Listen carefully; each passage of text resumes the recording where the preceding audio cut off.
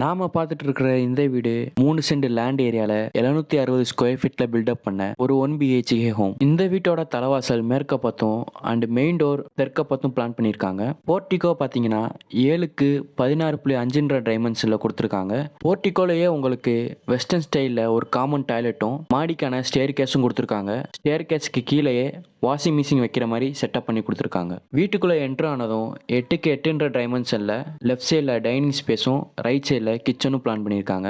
Next hall பார்த்தீங்கன்னா 16.5க்கு 11 டைமென்ஷனில் plan பண்ணியிருக்காங்க.